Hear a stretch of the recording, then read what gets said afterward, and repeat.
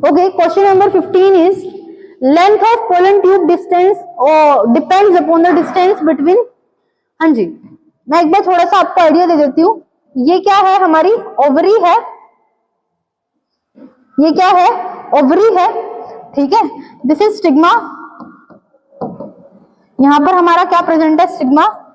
This is called style and this is known as ovary. यहां पर आपका क्या आता है, एक मेल गैमेट आता है, ठीक है, 2 मेल गैमेट आते हैं एक बार में। तो ये क्या बनाते हैं, बेसिकली एक पोलन ट्यूब बनाते हैं। Pollen tube is a tube which is formed by a male gamete where the male gamete is transferred from this pollen tube to the female gamete। Clear है सभी को? तो आपको ये बताना है कि ये जो पोलन ट्यूब की डिस्टेंस है वो कहां से कहां तक होती है। हाँ जी, pollen grain on the upper surface of the stigma, ठीक है।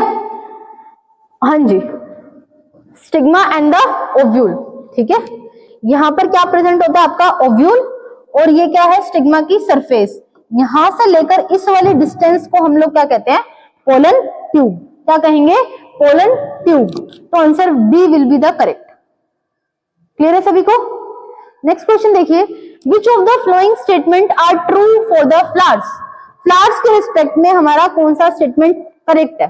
Flowers are always bisexual. नहीं, ऐसा तो नहीं होता। Flowers are may be unisexual और बाइसेक्सुअल, कोई भी हो सकता है, ठीक है। तो ये हमारा ऑप्शन क्या हो जाएगा, गलत। They are a sexual reproductive organ. They are, हाँ ये बात बिल्कुल सही है। They are produced in all groups of the plant. नहीं, ये प्लांट के सभी ग्रुप में प्रोड्यूस नहीं होते। They are produced in angiosperms. कहां पर प्रोड्यूस होते हैं, ये एंजियोस्पर्म में प्रोड्यूस होते हैं, तो ये भी गलत है। After fertilisation they give rise to the fruits. सही बात है भाई, फर्टिलाइजेशन के बाद यहाँ पर क्या होता है, जायगोट की फॉर्मेशन होती है। जायगोट से आपका एम्ब्रियो बनता है, एम्ब्रियो से सीड बनता है, और सीड के बाद क्या बनते हैं, आपके फ्रूट बनते हैं। तो आंसर देख लेते हैं क्या रहेगा हमारा, ठीक। Second and fourth are the correct, ठीक है। सेकंड एंड, क्या सही आंसर है भाई इसका ये, ठीक है। Is it clear to all? हाँ जी, नेक्स्ट देखते हैं। Which among the following statement are true for the unisexual flower? Unisexual flower के रिस्पेक्ट में हमारा कौन सा स्टेटमेंट ठीक है? They possess both stamen and pistil। नहीं भाई, unisexual flower are those flower which possess only one sex organ। It may be a male sex organ, it may be a female sex organ। तो बिल्कुल गलत है। They possess either stamen or pistil। बिल्कुल सही बात है, चाहे तो भाई पिस्टल ही होगा चाहे स्टेमन होगा। They exhibit the cross pollination. बिल्कुल सही बात है, ये तो क्रॉस पोलिनेशन को एग्जिबिट करेंगे। Unisexual flower possessing only स्टेमन can not produce fruits. बिल्कुल सही बात है, यूनिसेक्सुअल फ्लावर के अंदर क्या प्रेजेंट होता है, स्टेमन प्रोड्यूस होता है, और अकेला स्टेमन आपका कभी भी फ्रूट को प्रोड्यूस नहीं करेगा। क्लियर है? तो second, third and fourth options are correct. Clear है सभी को? Is it clear to all? Question number 18 को देखते हैं। Which among the following statement are true for the sexual reproduction in flowering plants? Sexual reproduction in flowering plants को देखते हुए कि यहाँ पर बताना कि कौन सा कथन आपका सत्य है। It require 2 types of gametes. बिल्कुल सही बात है, एक मेल गैमेट होगा और एक फीमेल गैमेट होगा। Fertilisation is a compulsory event. हाँ जी भाई, सेक्सुअल रिप्रोडक्शन में तो फर्टिलाइजेशन होना ही चाहिए, ठीक है। It always result in the formation of a zygote. ये भी बात बिल्कुल सही है। Offspring form by clones. Clones नहीं, क्लोन्स नहीं बनेंगे।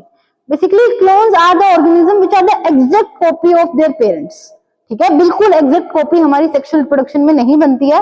क्लोन्स तो आपके एसेक्सुअल रिप्रोडक्शन के अंदर बनते हैं। तो first 3 statements are the correct. Answer will be C, first, second and third. Okay, question number 19 figure 8.1 है। मैं आपको 8.1 फिगर दिखा देती हूँ। हाँ जी, मार्क करेंगे। ए क्या है हमारा, क्या बोलेंगे इसको, प्लीम्यूल। क्या बोलेंगे, प्लीम्यूल। प्लीम्यूल is a basic tip which generate shoot, जो कि किसको जनरेट करती है, शूट को। शूट में कौन आता है आपका, stem and leaf.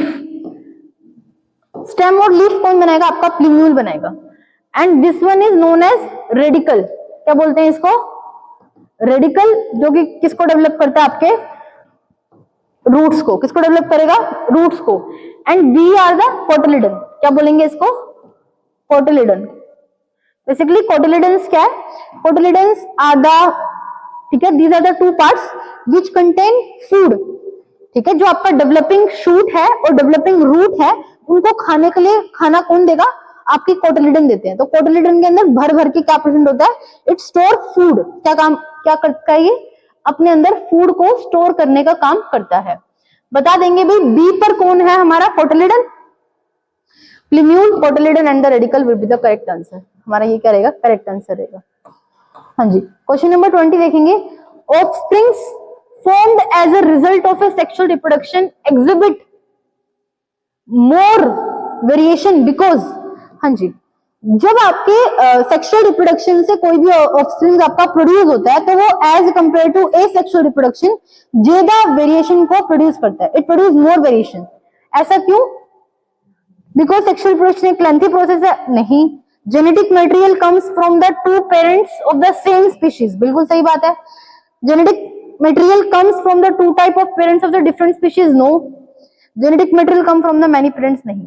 Answer will be the B, because यहाँ पर हमारे दो पेरेंट्स होते हैं, बिकॉज हम है तो ह्यूमन बींग्स, चाहे फीमेल हो चाहे मेल हो, बिकॉज हम लोग सेम स्पीशीज से बिलोंग करते हैं, होमो सेपियंस सेपियंस। तो answer will be the second is the correct, ठीक है। क्वेश्चन नंबर 21 देखेंगे। Reproduction is essential for living organism in order to, वो बोलते हैं कि रिप्रोडक्शन एसेंशियल है, ठीक है, फॉर लिविंग ऑर्गेनिज्म। ऐसा क्यों, keep the organism is alive, नहीं, ये तो बिल्कुल गलत है। रिप्रोडक्शन के थ्रू हम लोग जिंदा रह सकते हैं, ऐसा नहीं है, ठीक है। तो ये स्टेटमेंट क्या होगा, गलत। फुलफिल देयर एनर्जी रिक्वायरमेंट, नहीं। मेंटेन ग्रोथ, नहीं, बिना रिप्रोडक्शन के भी ग्रोथ होती है। Continue the species generation after generation, तो D will be the correct answer. हमारा क्या रहेगा, डी क्या रहेगा, करेक्ट आंसर रहेगा हमारा, ठीक है। क्वेश्चन नंबर 22 देखिए। हाँ जी, पढ़िए 22 क्वेश्चन को। During adolescence several changes occur in the human body, mark one change associated with the sexual maturation in the boys. वो बोलता है during the adolescence phase at the time of puberty बहुत सारे changes boys और girls के अंदर देखने को मिलते हैं। तो बॉयज के अंदर कौन सा चेंज आपको देखने को मिलता है at the time of puberty, ये आपको बताना है।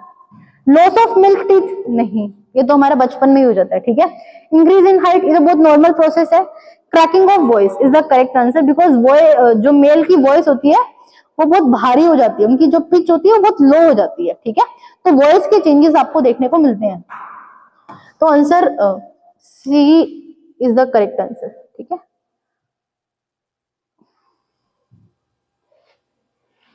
एक मिनट पॉज करना, ओके। तो question number 22 is clear to all, okay. Question number 23 देखेंगे। In human females an event that reflect the onset of the reproductive phase is, human females के अंदर कैसे पता चलता है कि उनका रिप्रोडक्टिव फेज शुरू हो गया। ग्रोथ ऑफ द बॉडी, नहीं। Changes in the hair pattern, नहीं। चेंज इन वॉइस, नहीं। क्या स्टार्ट हो जाती है, मेंस्ट्रुएशन, ठीक है।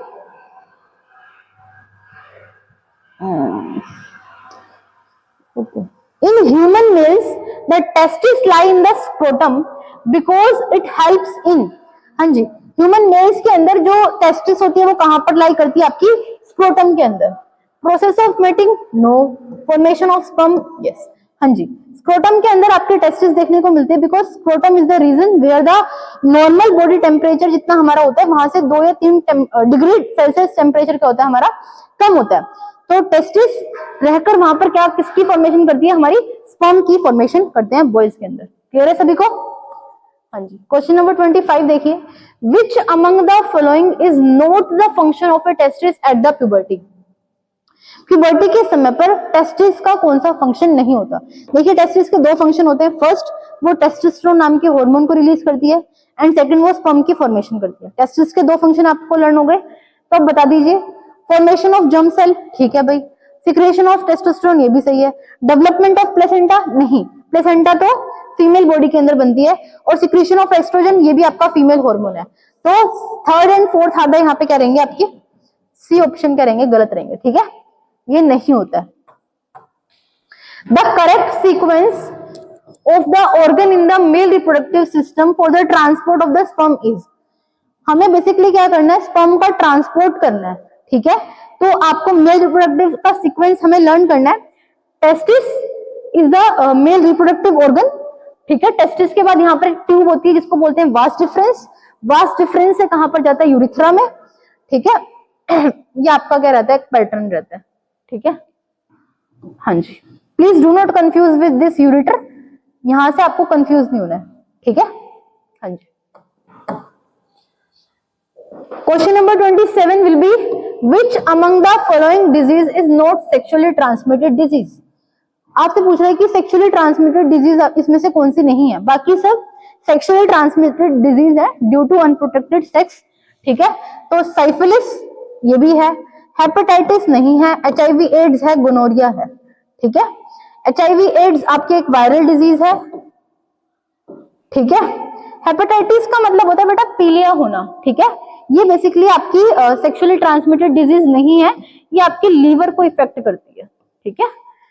हेपेटाइटिस बी के अंदर हम लोग ये देखते हैं, क्लियर है सभी को, is it clear to all, okay. So it is all about the MCQ of the how to reproduce organism. Today's session is over. यहाँ पर मैंने आपको पूरे के पूरे MCQ को कवर करवा दिया है। Please continue with this series, क्योंकि नेक्स्ट सीरीज के अंदर, नेक्स्ट टॉपिक के अंदर या फिर इसका पार्ट के अंदर हम लोग कवर करेंगे इसके शॉर्ट आंसर टाइप एंड उसके बाद लॉन्ग आंसर टाइप हम कवर करेंगे।